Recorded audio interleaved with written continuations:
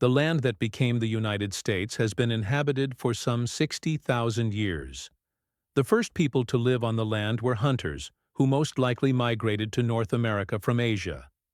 Eventually, these people and their descendants, the Native Americans, spread across North and South America. Europeans arrive in the Americas. Read aloud. Rewind. Subscriber feature. Read aloud. Play stop. Subscriber feature. Read aloud. Fast forward. Subscriber feature. The history of the Americas forever changed when the explorer Christopher Columbus arrived from Spain in 1492. This voyage and 3 later ones revealed vast new lands to the Europeans. The continents of North and South America and the nearby islands became known as the New World. Columbus's discovery began an era of European exploration and colonization that had a devastating effect on the Native Americans.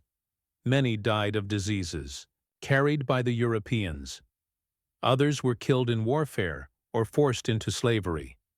When the King and Queen of Spain learned of what Columbus had found, they laid claim to much of the new lands. The Spanish established colonies in the West Indies, Mexico, Central America, and South America. The first Spanish explorer to reach the shores of what is now the United States was Juan Ponce de León. He landed in what is now Florida in 1513 and claimed it for his country. Through later explorations, Spain also established control over what is now the southwestern United States. Meanwhile, 3 other countries also became interested in the new land: England, France, and the Netherlands. In 1497, the Englishman John Cabot explored the coast of what is now eastern Canada. England laid claim to North America based on this voyage, though for decades it made little effort to colonize the land. In 1524, a French expedition commanded by Giovanni de Verrazzano explored the coast of North America from North Carolina northward to Canada. 10 years later, another French expedition led by Jacques Cartier sailed up the St. Lawrence River. In 1609, Henry Hudson, in command of a Dutch ship, sailed into New York Bay and up the river that later was named after him. See also Americas, exploration and settlement of the colonial period. Read aloud, rewind, subscriber feature. Read aloud. Play, stop, subscriber feature. Read aloud, fast forward, subscriber feature. The 13 colonies are established. The English founded their first permanent settlement on the continent at Jamestown, Virginia, in 1607. In 1619, the people of Virginia organized the first representative assembly in America. This was the House of Burgesses, or citizens. The second English colony to be established in America was Plymouth. It was founded by the Pilgrims in 1620. The Pilgrims were a group of Protestants who left England because they objected to some of the beliefs and practices of the Church of England. They crossed the Atlantic Ocean in a ship called the Mayflower. After landing in what became the state of Massachusetts, they established their colony. Near Plymouth, another group of English Protestants called the Puritans founded the larger Massachusetts Bay Colony in 1630. The Puritans also had left England because of disagreements with the Church of England. Plymouth Colony was made part of the Massachusetts Bay Colony in 1691. English colonies spread along the coast near Massachusetts and Virginia in the 1620s and 1630s. Permanent settlements were made in what is now New Hampshire in 1623. People from the Massachusetts Bay Colony established the colonies of Connecticut in 1635 and Rhode Island in 1636. Maryland, just north of Virginia, was settled in 1634. Meanwhile, in 1624, Dutch settlers had founded a colony called New Netherland in the area of the Hudson River. The English colonists in New England and Virginia viewed the Dutch as intruders. In 1664, an English fleet seized the Dutch colony. The English changed its name from New Netherland to New York. The English also seized nearby New Jersey and Delaware from the Dutch in 1664. Pennsylvania was founded in 1681 by an English Quaker named William Penn, south of Virginia. The land known as Carolina was settled by the English during the second half of the 1700s. In 1729, the territory was divided into the colonies of North and South Carolina. Georgia, the last of the original 13 colonies, was settled in 1733, early relations with the Native Americans. Life in the colonies was influenced by the Native American tribes that had lived on the land since long before the Europeans arrived. The early colonists adopted Native American foods and herbs, methods of raising crops, war techniques, and words. Some of the colonists established friendly relations with the Native Americans living near them. Over the years, however, the interaction between the colonists and the Native Americans turned more often to conflict. Colonial government and economy. Most of the colonies established assemblies similar to the English Parliament to govern themselves. Only citizens who owned property or paid taxes, however, were allowed to vote or to become a member of the assembly. In New England, where most of the people lived in villages and towns, local government was conducted in town meetings.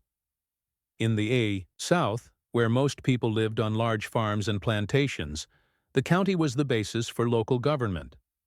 Most of the early colonists were farmers because they had to grow their own food.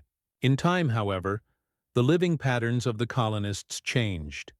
In New England, people turned their land over to livestock raising and began lumbering, shipbuilding, and fishing industries.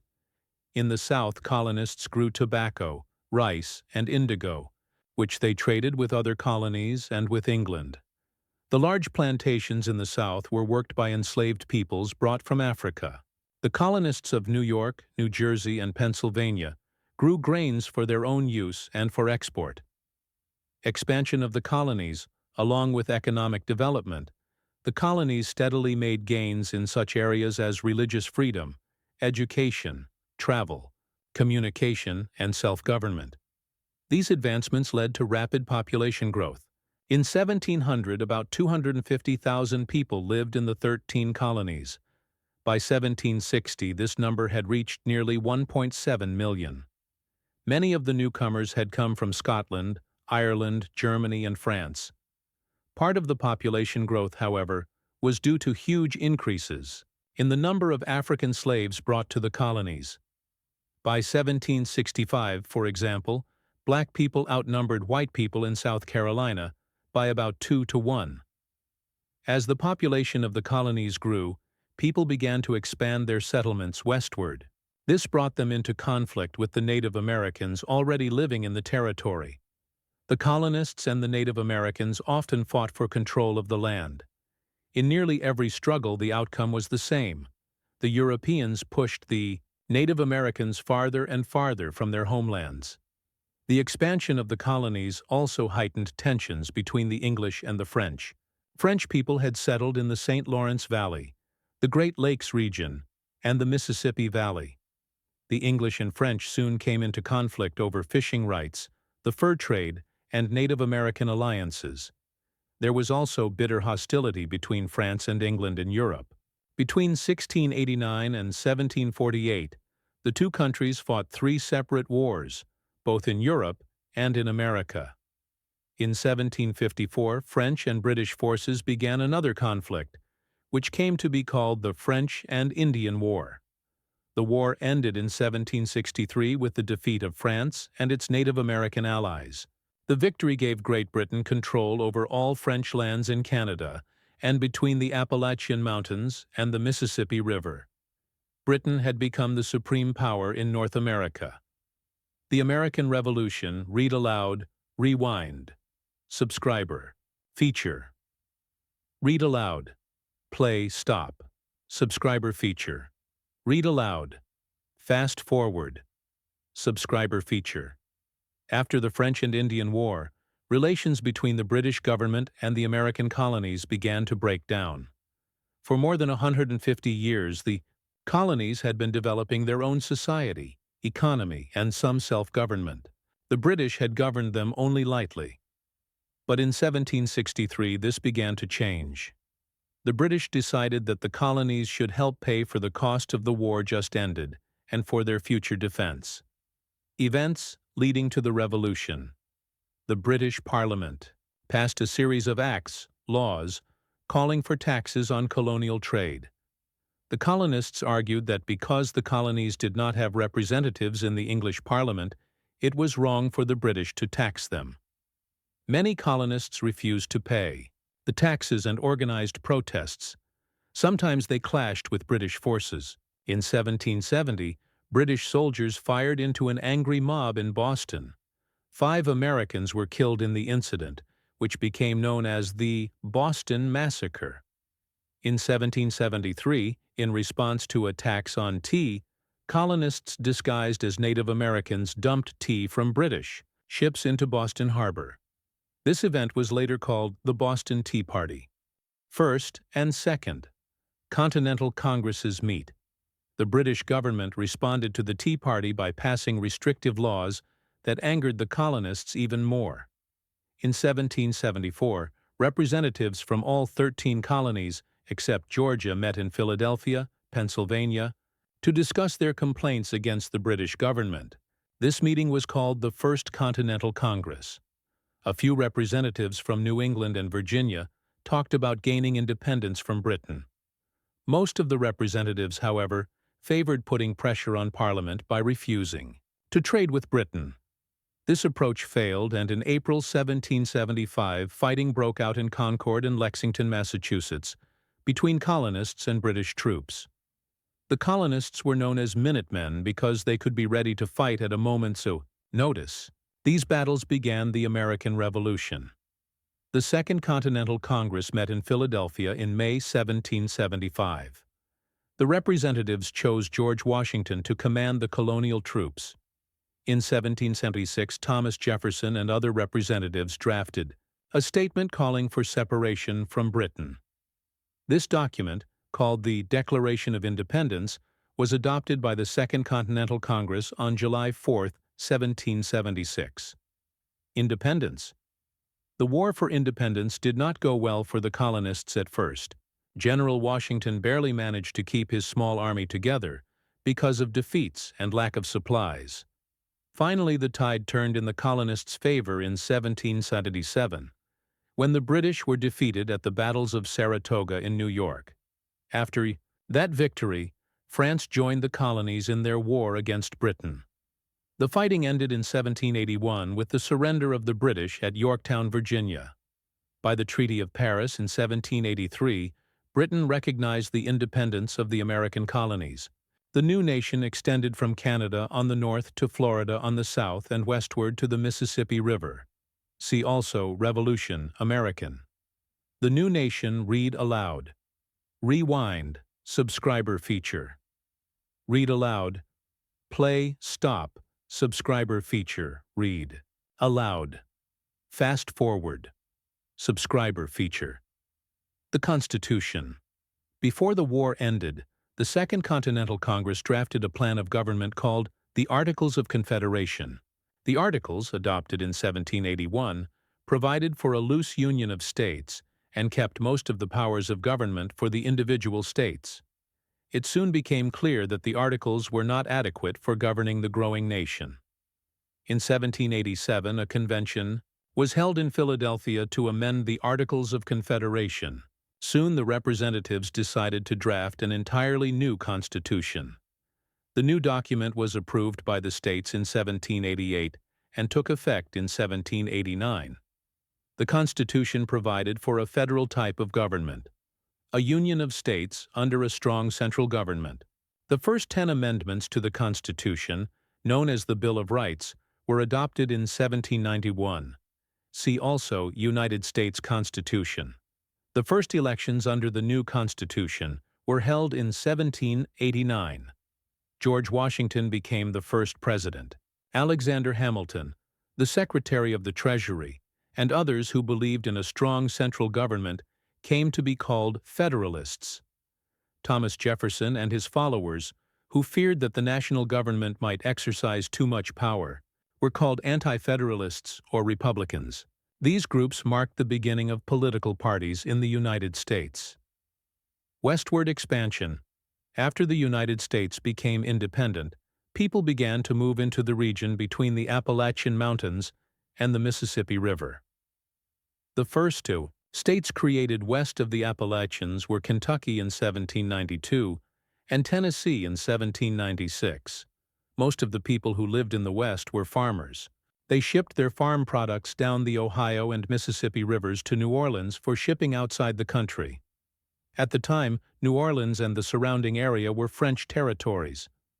In 1803, Thomas Jefferson, who had been elected president, in 1800, decided that the United States should buy New Orleans and the land along the lower Mississippi River from France. In a surprise move, France agreed to sell all of its land west of the Mississippi to the United States for about $15 million. This land was known as the Louisiana Territory, and the deal was called the Louisiana Purchase. It nearly doubled the size of the United States. Between 1804 and 1806, Meriwether Lewis and William Clark led an exploration of this territory. See Lewis and Clark Expedition. The movement into the lands west of the Appalachians then became a flood. The United States also expanded to the south. In 1819, Spain signed a treaty that gave Florida to the United States. The new country's foreign affairs caused the United States much concern during the early 1800s. Wars between Britain and France interfered with U.S. trade. To make matters worse, the British began stopping U.S. ships to search for British seamen who had deserted. Sometimes they forced U.S. sailors to serve on British ships. In 1812, the United States declared war on Britain. The two countries fought for more than 2 years. Neither side was able to win a clear victory before a peace treaty was signed in 1814.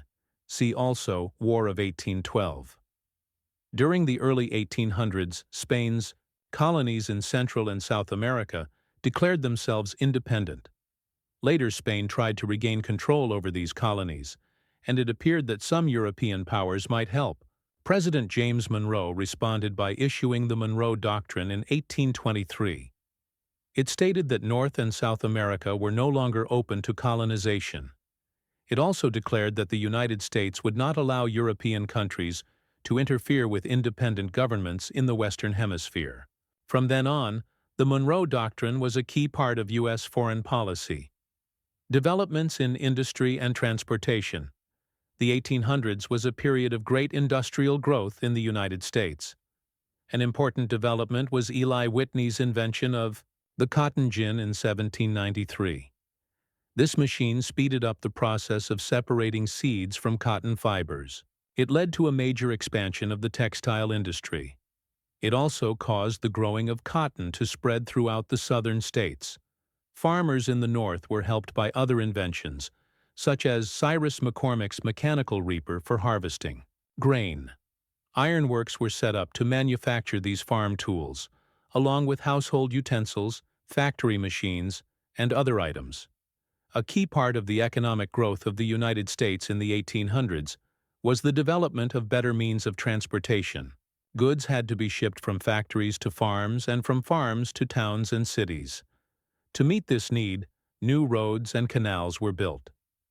The Erie Canal, opened in 1825, connected Lake Erie with the Hudson River. It provided a major boost to shipping between New York City and the Great Lakes region. The invention and improvement of the steam engine led to even more important developments in transportation and trade. The first successful steamboat was built by Robert Fulton.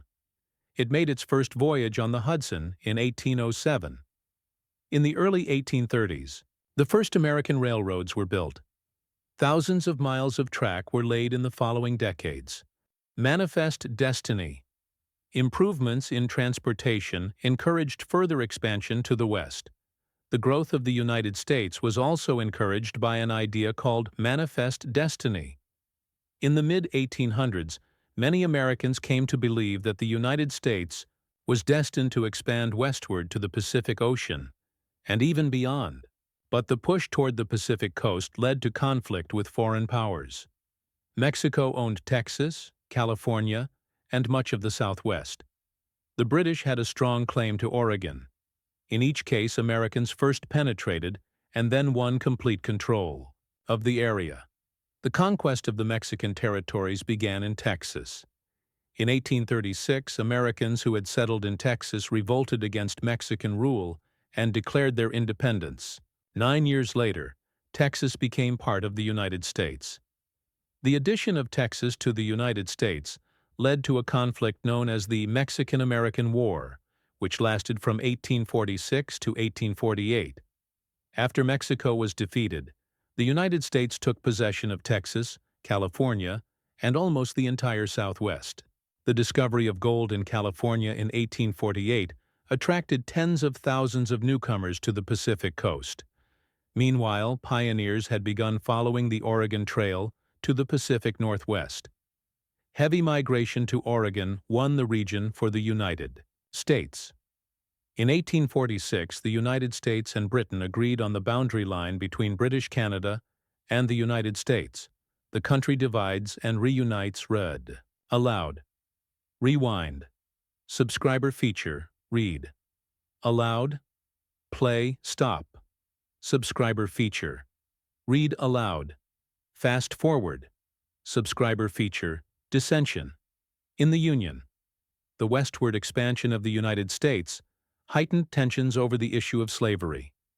The growth of cotton and tobacco plantations in the South had made the Southern economy increasingly dependent on slave labor.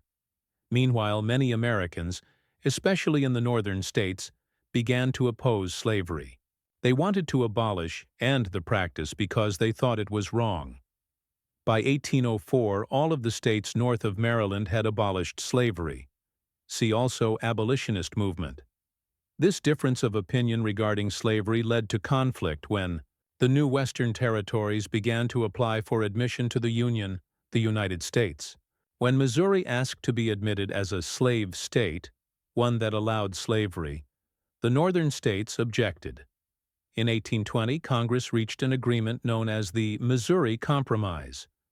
Missouri entered the Union as a slave state, and Maine entered as a free state, one that prohibited slavery. In addition, slavery was prohibited north of the southern border of Missouri. Another compromise over slavery came in 1850. California had asked to join the Union as a free state. California was admitted as a free state, and slavery was prohibited in the District of Columbia. But the people who lived in the rest of the territory that had been won in the Mexican-American War were to decide for themselves whether they would have slavery. Many people thought that these compromises had solved the matter of slavery for good.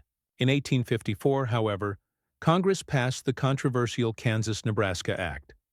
This law permitted the Kansas and Nebraska territories, both north of the Missouri Compromise line, to decide whether they should have slavery.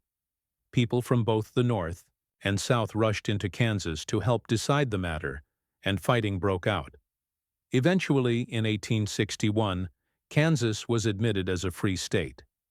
The Civil War slavery was the main campaign issue in the presidential election of 1860. Abraham Lincoln of the anti-slavery Republican Party became the new president. Shortly after Lincoln's election, the southern states began to secede, withdraw from the Union. They formed the Confederate States of America and elected Jefferson Davis of Mississippi as president.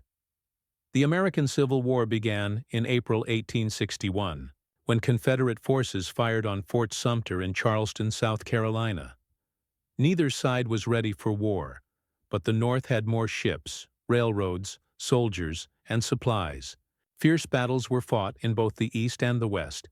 In 1863, Lincoln issued the Emancipation Proclamation, a document that freed enslaved people in the southern states. In that same year, the Union Army won major battles at Gettysburg in Pennsylvania and Vicksburg in Mississippi. But fighting continued until April 1865, when Confederate General Robert E. Lee surrendered to Union General Ulysses S. Grant at Appomattox Courthouse in Virginia.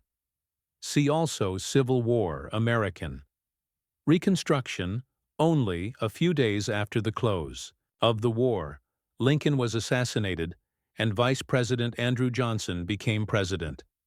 At the close of the war, the South lay in ruins, for most of the fighting had occurred there.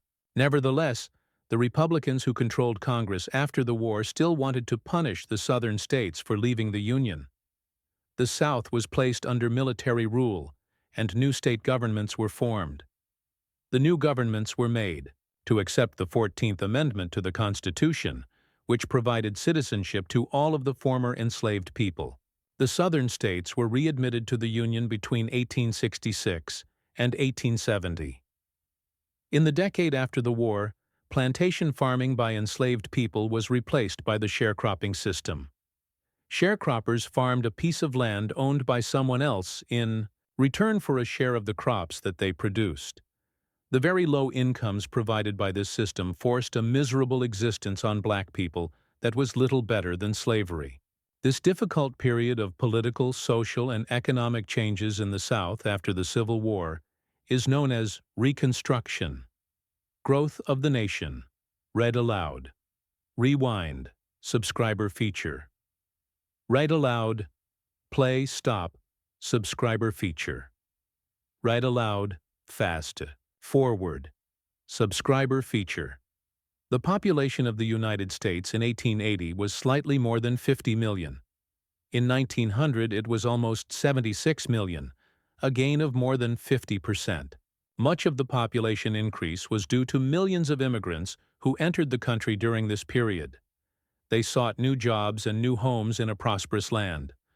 Many came from Northern or Western Europe, as they had since the earliest days of the Republic. Beginning in the 1890s, however, the majority of the immigrants arrived from Southern or Eastern Europe, largely Italy, Poland, Greece, and Russia. Most of them settled in big cities such as Boston, New York City, Philadelphia, and Chicago.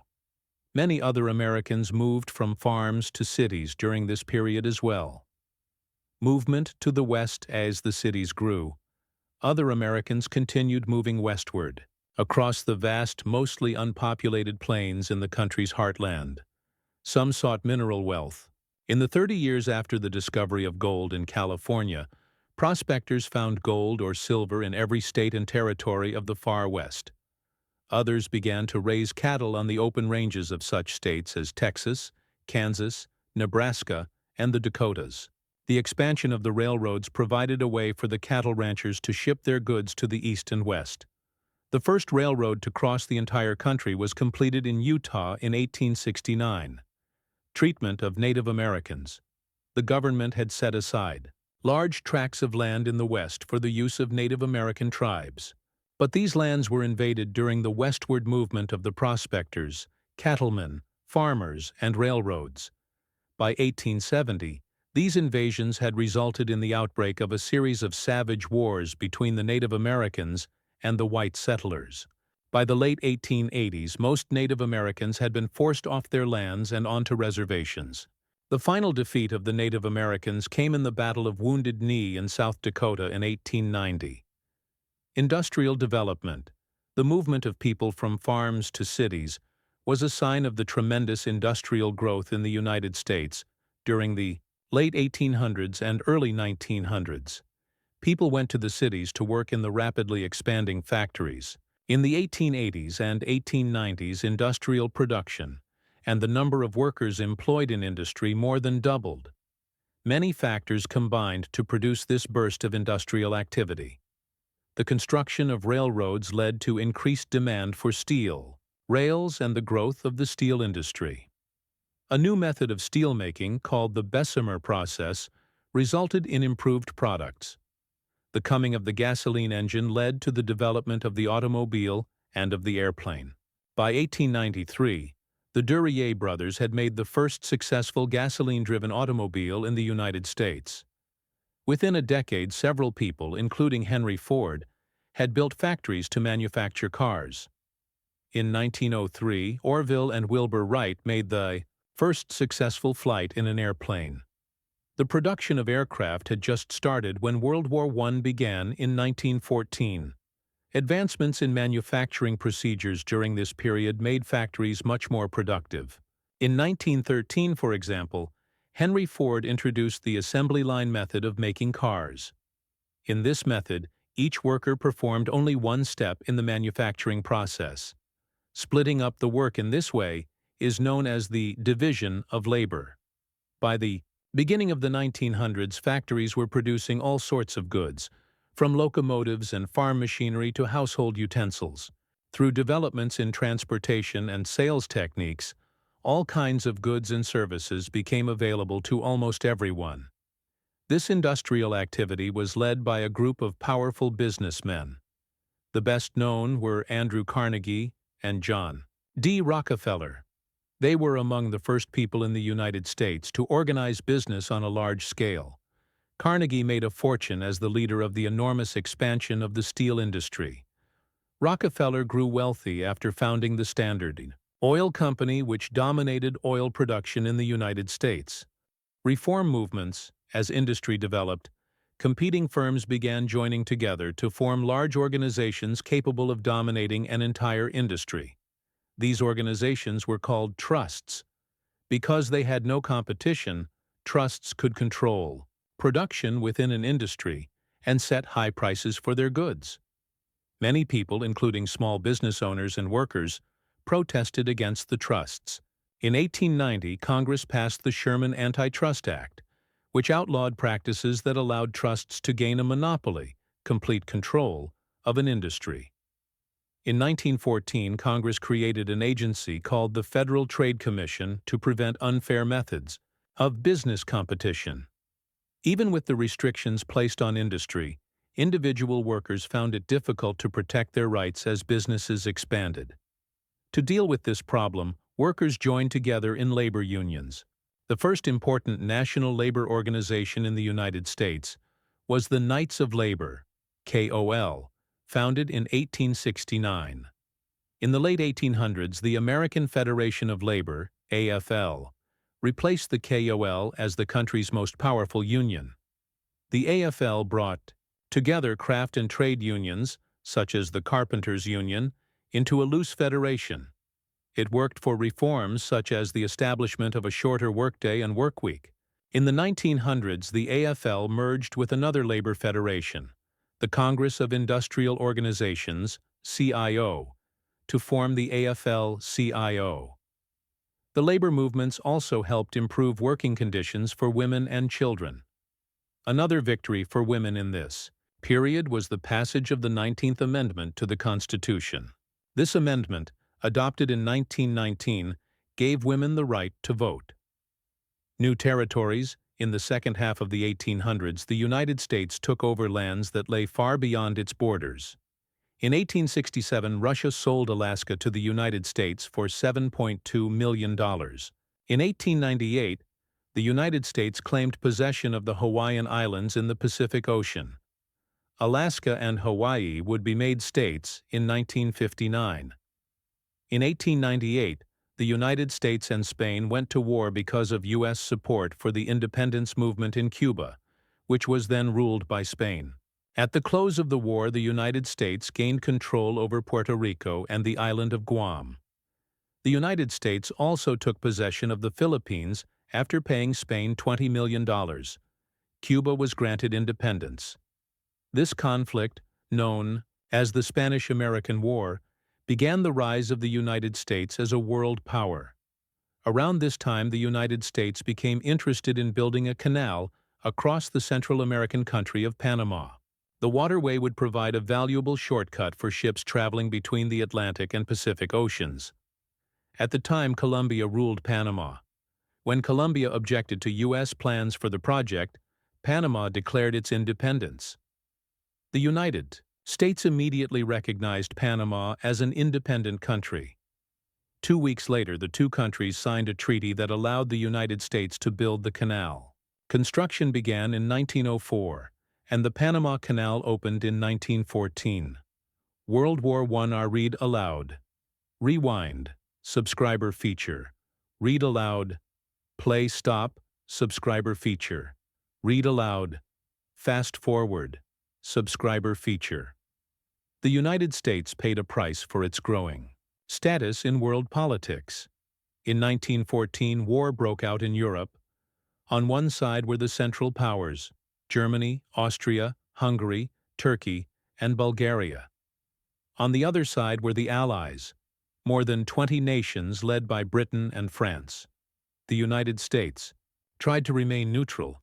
The American people re-elected President Woodrow Wilson in 1916, partly because he had kept the country out of the war.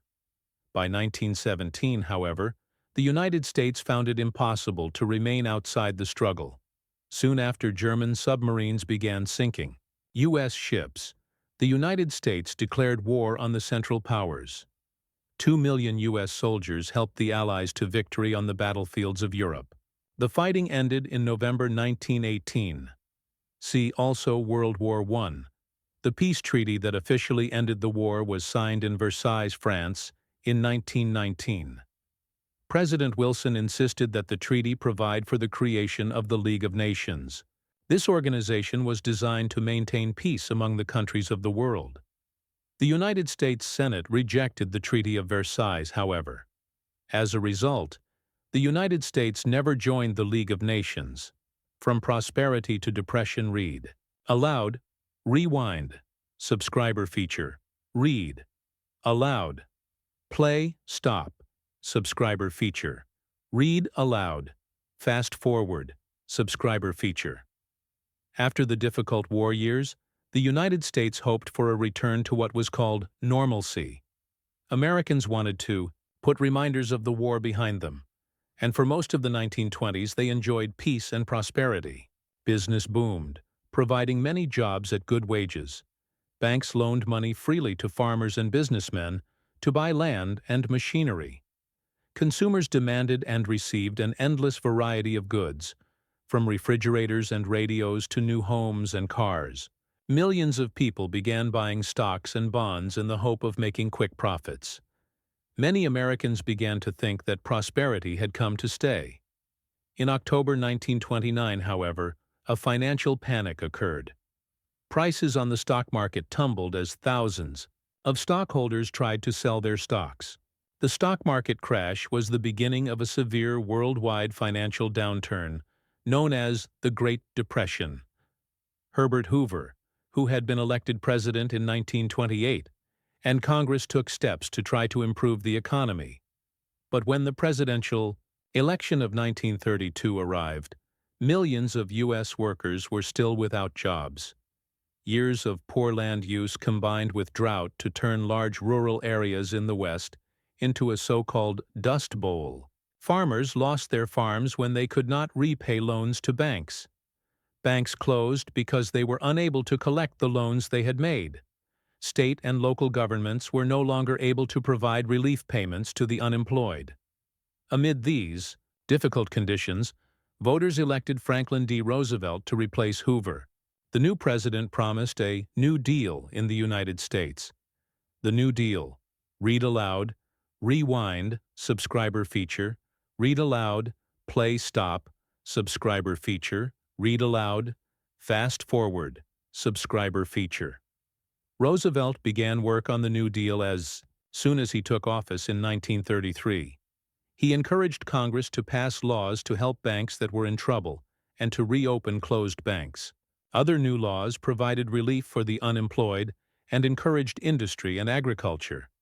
New public works projects provided work for millions of people. Perhaps the most far-reaching New Deal measure was the Social Security Act, passed in 1935. It provided financial assistance to people of retirement age, to the blind, and to mothers and dependent children. It also set up a system of unemployment insurance. The Social Security system was later expanded to provide benefits for more workers. By the end of the 1930s, the United States had made some progress toward recovering from the Depression. Factory production had increased, and more people were back at work. Farmers were enjoying better incomes. But what ultimately pulled the country out of the Depression was the production of supplies for World War II. World War II read aloud, rewind, subscriber feature. Read aloud, play, stop, subscriber feature. Read aloud, fast forward, subscriber feature. War broke out in Europe in 1939 when Germany attacked Poland. Germany was led at the time by the Nazi Party of Adolf Hitler. In response to the invasion of Poland, Britain and France declared war on Germany. Soon, Germany was joined by Italy and Japan. These countries formed the Axis powers. The countries opposed to the Axis powers were called the Allies. In the early part of the war, the United States supported the Allies by supplying military aid. At the same time, it began to strengthen its own armed forces. The question of how much and what type of additional aid should be given to the Allies was a major issue of the presidential election of 1940. Roosevelt was elected to a third term. He was the first U.S. president to serve more than 2 terms. United States enters the war soon. U.S. involvement in the war changed drastically. On December 7, 1941, Japanese planes attacked the U.S. naval base at Pearl Harbor, Hawaii. The surprise attack crippled the U.S. fleet. The United States declared war on Japan the next day. 3 days later, Germany and Italy declared war on the United States. War at home and abroad. Millions of American men and women joined the military. Industry was expanded to produce ships, tanks, planes, and other war supplies. By 1944, U.S. factories were producing twice as much as all the factories of Germany, Italy, and Japan combined. In the months after the attack on Pearl Harbor, however, the United States was not prepared to begin fighting in the Pacific. The Japanese were able to capture the Philippines and other Pacific islands. But in June 1942, Allied forces defeated the Japanese on Midway Island. This battle was the turning point of the war in the Pacific. Meanwhile, U.S. forces fought with other Allied troops in Europe and North Africa. Italy surrendered in September 1943, leaving Germany to fight alone in Europe. On June 6, 1944, Allied forces invaded France. This attack is known as the D-Day invasion. For months thereafter, Germany fought a losing battle against advancing Soviet armies in the east and Allied armies in the west. Germany surrendered in May 1945, ending the war in Europe. End of the war and plans for peace. The war in the Pacific ended a few months later. In August 1945, the United States dropped atom bombs on the Japanese cities of Hiroshima and Nagasaki. These new, very powerful weapons devastated the cities and killed tens of thousands of people. Japan surrendered within days of the second bombing. See also World War II. Even before the end of the war, Allied leaders had taken steps aimed at ensuring the future peace of the world. In April 1945, representatives from 50 countries met in San Francisco to plan the organization of the United Nations, UN. The purpose of the UN was to promote peace and to advance the social, economic, and political progress of all peoples of the world. The Cold War begins. Read aloud. Rewind, subscriber feature. Read aloud, play stop, subscriber feature. Read aloud, fast forward, subscriber feature. During World War II, the United States and the Soviet Union worked together against a common enemy. When peace came, however, a rivalry developed between the two great powers. The United States became the leader of the Western nations, which mostly had democratic governments. The Soviet Union, with a communist government, achieved dominance over Eastern Europe. The Soviets also encouraged the rise of communism in other parts of the world. The United States was determined to stop communism from spreading. The tense competition between the United States and the Soviet Union became known as the Cold War. New foreign policies announced by the United States in the late 1940s were aimed at combating communism. One major new policy was the Truman Doctrine, named after Harry S. Truman, who had become president upon the death of Roosevelt in 1945. It provided money and military aid to countries that were threatened by the spread of communism. Another new policy was the Marshall Plan, named after Secretary of State George C. Marshall. It offered money to the countries of Europe so that they could recover from the war. The United States believed that creating stable economies in European countries would help them stay free of communist influence. In 1949, the United States joined Canada and 10 European countries in forming the North Atlantic Treaty Organization, NATO, as a defense against possible Soviet attacks. Korean War in 1950 War broke out in Asia. Troops sent by the Soviet-supported Communist government of North Korea invaded South Korea. They wanted to unite the country under communist rule. The UN Security Council voted to help to South Korea, and the United States and other UN countries sent troops. Chinese communist troops went to the aid of North Korea. This conflict became known as the Korean War. The war ended in 1953 with the establishment of a neutral zone between North and South Korea. See also Korean War. The space race, the Cold War expanded into the realm of space exploration in 1957. In October of that year, the Soviet Union launched Sputnik 1, the first artificial satellite to orbit the Earth. The achievement stunned the United States. In response, the government of President Dwight D. Eisenhower encouraged space research in the United States.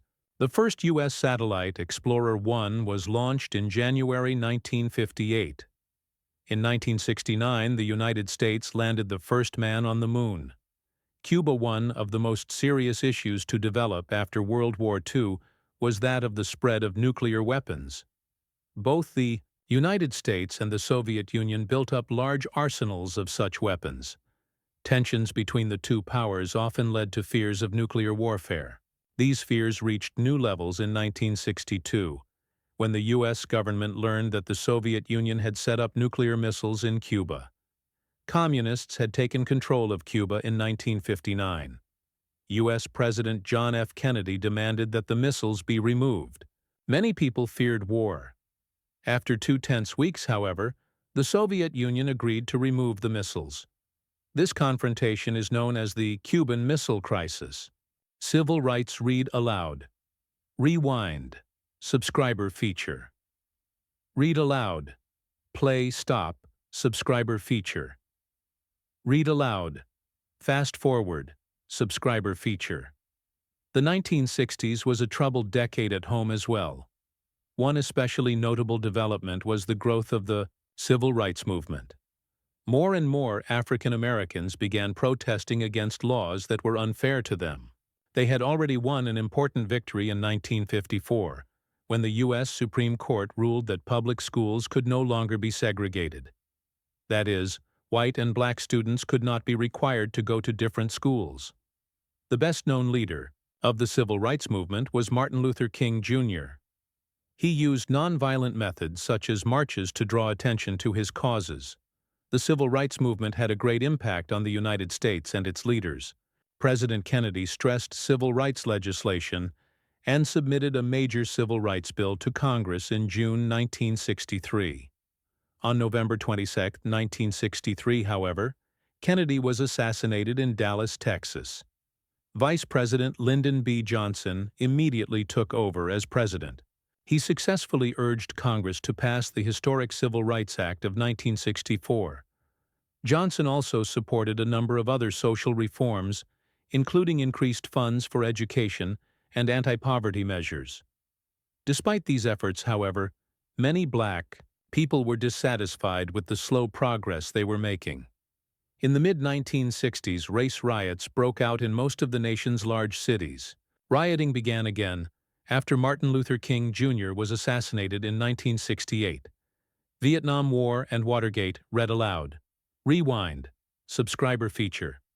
Read aloud. Play stop. Subscriber feature. Read aloud. Fast forward. Subscriber feature. The biggest problem faced by President Johnson was war in Vietnam. Since the late 1950s, rebels supported by the Communist government of North Vietnam had been trying to overthrow the anti-communist government of South Vietnam. Kennedy had sent military advisors and supplies to the South Vietnamese. Under Johnson, U.S. participation in the war greatly expanded. The United States sent soldiers and began bombing the North. By the end of 1967, about 500,000 United States troops were in South Vietnam. The huge cost of the war and the growing casualties upset many Americans, especially young people. Protests against the war took place throughout the country. Johnson became unpopular and chose not to run for re-election In 1968, Richard M. Nixon followed Johnson as president. At first he continued to support the war. Soon, however, Nixon began pulling U.S. troops out of Vietnam. A peace treaty was signed in 1973, but fighting continued after the U.S. departure. See Vietnam War. Nixon's historic visit to Communist China in 1972 led to the establishment of official relations between the United States and that country. Later that year, Nixon was re-elected. But after the election, an investigation showed that Nixon had been involved in illegal activities that helped him win. As a result of this scandal, known as Watergate, Nixon resigned from the presidency in 1974. Vice President Gerald R. Ford became president. The economy was a problem during the terms of both Ford and the next president, Jimmy Carter. Energy. Shortages during the late 1970s led to attempts to get the United States to rely less on imported oil. In 1977, the United States and Panama signed treaties in which the United States agreed to turn over control of the Panama Canal in 1999. In November 1979, a group of Iranians seized the U.S. Embassy in Tehran, Iran. They held the Americans inside the embassy as hostages until January 1981, end of the Cold War. Read aloud, rewind, subscriber feature. Read aloud, play stop, subscriber feature. Read aloud, fast forward, subscriber feature. The Reagan and Bush presidencies in the 1980 presidential election, Ronald Reagan defeated Carter to become the 40th president. He was re-elected in 1984. In his second term, Reagan supported Soviet leader Mikhail Gorbachev's efforts to achieve economic and social changes in the Soviet Union. The two leaders also signed the Intermediate Range Nuclear Forces (INF) Treaty in 1987. The treaty was a step toward reducing the nuclear threat in the two countries. In 1989, Reagan was succeeded by his vice president, George H.W. Bush. Initially, Bush worked with Congress to resolve economic problems at home. Overall, however, he was more active in foreign affairs. During his term, the Cold War came to an end. In 1989, the Berlin Wall was torn down, and in 1991, the Soviet Union broke apart. Bush signed two nuclear arms treaties, one with Soviet leader Gorbachev and the second with Russian President Boris Yeltsin after the Soviet Union had dissolved. In 1990, the country of Iraq invaded the neighboring country of Kuwait. The United States led a group of countries in a war against Iraq. This short conflict was known as the Persian Gulf War. It began in January 1991 and ended 6 weeks later with the defeat of Iraq. Into the 21st century. Read aloud. Rewind. Subscriber feature. Read aloud.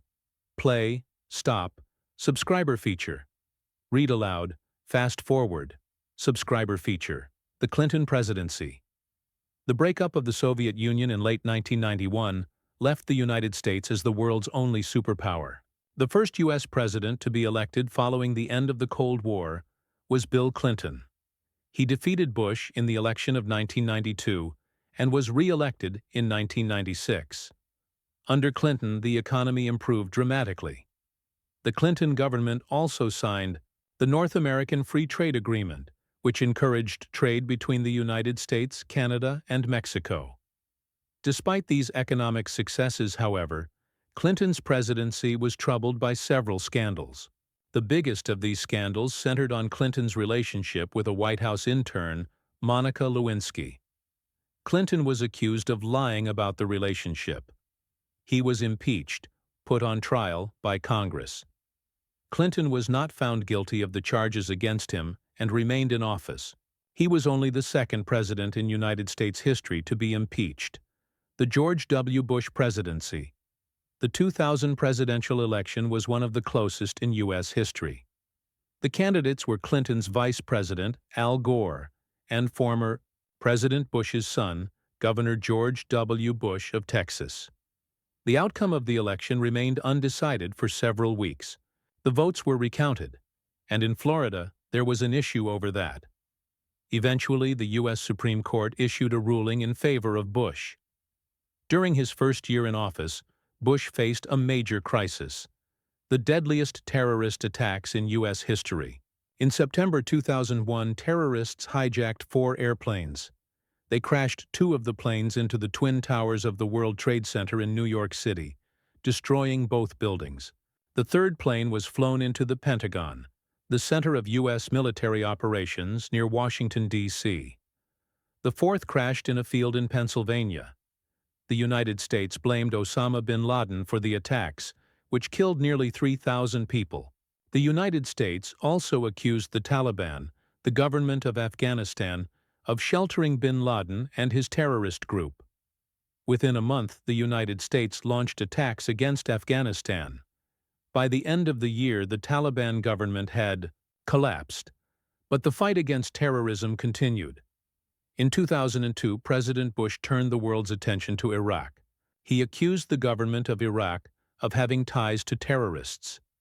He also accused the government of ignoring a weapons ban that had been imposed on Iraq at the end of the Persian Gulf War in 1991.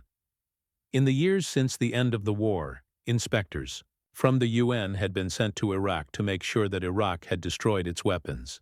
President Saddam Hussein refused to cooperate with the inspectors, and the situation turned into an ongoing dispute. The United States brought the matter before the UN in November 2002, and the inspectors were eventually allowed to return to Iraq. Bush soon declared that Iraq was not cooperating with the inspectors. While several member countries of the UN Security Council called for further talks between the two sides, the United States and Great Britain threatened to take military action against Iraq. In March 2003, the talks came to an end, and U.S.-led troops invaded Iraq. They soon overthrew the government of Saddam Hussein, and in December they captured the former leader. Advisors from the United States and other countries then attempted to help establish a new government in Iraq. But fighting in the country continued. A powerful hurricane struck the southeastern United States in late August 2005. Hurricane Katrina and its aftermath claimed more than 1,800 lives. It ranked as the costliest natural disaster in U.S. history. In 2008, the wars in Iraq and Afghanistan were still going on as several candidates campaigned to become the next president. In the late summer of that year, the country's economy began to develop major problems. People lost their jobs and their homes. Because of the problems at home and abroad, many citizens were unhappy with the government and wanted change. The 2 main candidates were Barack Obama of the Democratic Party and John McCain of the Republican Party. Both were members of the Senate, but McCain belonged to the same political party as President Bush. In the election held on November 4th, Obama defeated McCain. Obama was the first African American to be elected President of the United States. The Obama presidency. During his first year in office, President Obama worked to improve the economy and to reform the healthcare system. In 2010, he signed a new healthcare law. Republicans and a new conservative movement called the Tea Party were very critical of the law. They thought that the government should be less involved in health care. They also thought that the government needed to cut its spending. At times, debate between Democrats and Republicans became very tense. In April 2010, an explosion on an oil drilling platform in the Gulf of Mexico caused a massive oil spill. The oil slick spread over thousands of square miles and killed many fish, birds, and other animals. The leaking oil well finally was stopped that July. The last U.S. combat troops left Iraq in 2010, but the war in Afghanistan continued. In 2011, the United States joined in military actions against the government of Libya. Later that year, U.S. forces killed bin Laden, the leader of the terrorist group Al-Qaeda in Pakistan. In April 2011, several hundred tornadoes ripped across the southeastern United States. Hundreds of people were killed, mainly in Alabama, and many buildings were destroyed. The super outbreak of 2011 was the largest outbreak of tornadoes ever recorded. In 2012, Obama ran for a second term as president. His opponent was Mitt Romney, a wealthy businessman who had been the governor of Massachusetts. The election was close, but Obama was re-elected in November. In 2014, an extremist Islamic group, often known as ISIL, emerged in Iraq and took over important cities in Iraq and Syria. The United States began airstrikes against ISIL in August 2014.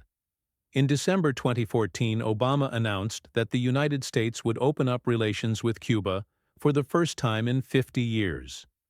The candidates for the 2016 presidential election were former First Lady and Senator Hillary Clinton and businessman Donald Trump. After a close election, Trump emerged the winner. The Trump presidency. Trump faced two major issues in the last year of his presidency. The illness known as COVID-19 made thousands of people sick. It was caused by a coronavirus. Many people thought that Trump and his government did not do enough to keep people safe from the virus. In May 2020, police in Minnesota killed a black man named George Floyd. Protests erupted throughout the country and spread to other countries as well. The protesters were upset about Floyd's death. That incident and others led to many discussions about racism and social justice, or how to make sure that everyone is treated fairly. The issue became an important one during the election of 2020. Trump ran against former Vice President Joe Biden, and the two candidates had very different views on that, and other subjects. Biden won the election. Trump refused to admit that Biden had won the election. He tried to change the results but was not able to do that. On January 6, 2021, Congress met to make the results official. That morning, Trump held a large rally with his supporters. He encouraged them to march to the U.S. Capitol and insist that the results be overturned. They did that, and many of them violently forced their way into the Capitol. The Capitol was cleared eventually, and the Congress made the election results official. The Biden presidency. Biden had to face the effects of the continuing COVID-19 health crisis. Many more people became sick. It also affected the economy because people were told to stay home and not go to restaurants or other businesses. People who worked at those businesses lost their jobs. Biden made vaccines available to protect people against the disease. He also signed a law that gave payments to most people to help with the economic problems. Slowly, the economy improved, and the health crisis eased. In international affairs, Biden pulled the last U.S. troops out of Afghanistan. The United States had troops in that country since 2001. Two major wars began during his presidency, in Ukraine and the Middle East. Biden ran for re-election in 2024, but in July of that year he dropped out of the race. He supported his vice president, Kamala Harris, when she decided to run for president. She faced former President Trump. Harris lost the election in November 2024.